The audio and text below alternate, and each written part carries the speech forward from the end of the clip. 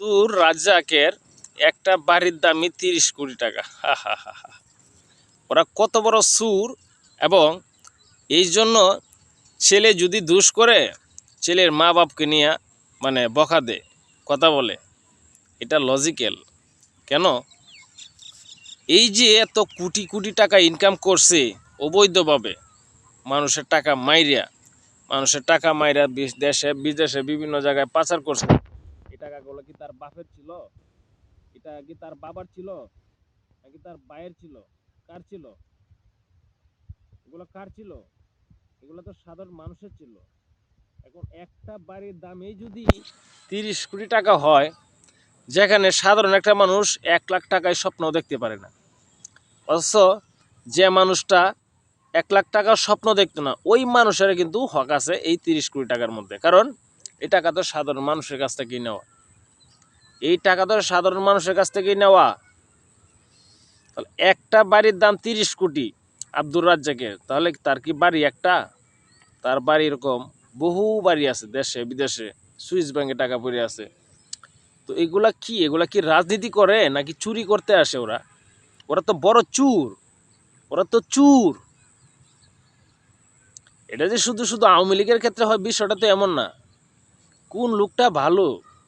যে ব্যক্তি মনে করেন আপনার নির্বাচনে যাবে বা রাজনীতির মাঠে যাবে, সেই চুর, সেই চুর। সে কখনো বুকে হাত দিয়ে বলতে পারবে না যে আমি সৎ, আমি ভদ্র, আমি নিজেও যদি যাই আমি সেটাই করব।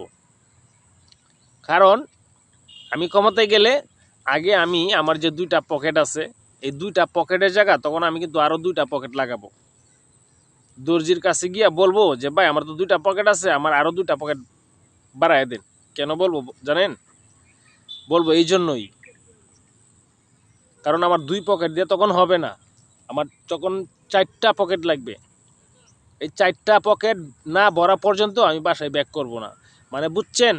মানে আমি একজন সাধারণ মানুষ হয়ে যদি আমি এই কথাটা বলতে পারি, তাহলে একজন নেতার কি হইতে পারে? একজন অসাধু মানুষের কি হতে পারে? কি চিন্তা ভাবনা করে? তার মাথায় সব সময় নেগেটিভ চিন্তা করে আমি কিভাবে কোটি কোটি টাকা ইনকাম করব। এবং শুধু চিন্তাই করে না, সেটা বাস্তবেই হয়ে যায়, সেটা বাস্তবেই হয়।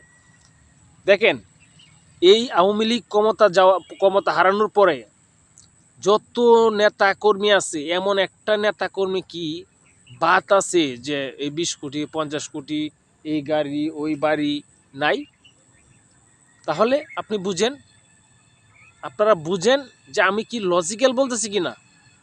মানে একটা মানুষের যদি অবৈধভাবে একটা বাড়ি থাকে, তাহলে এরকম হাজার হাজার শত শত টাকা, কোটি কোটি টাকা, হাজার হাজার গাড়ি বাড়ি যারা অবৈধভাবে ইনকাম করছে, যেগুলো সন্ধান দুদকও জানে না, সরকারেও জানে না। কারণ আমি যদি চুরি করি, আমি কি কাউরে জানাই করব? আমি যদি কাউরে মাইরিয়া খাই, আমি কি কাউরে জানাবো? আমি তো আমার ঘরের মানুষকেই জানাবো না। তাহলে এটাই, এই বাংলাদেশ সুর বাটপাড়ের দেশ, এটা জানতে হবে, এটা বুঝতে হবে।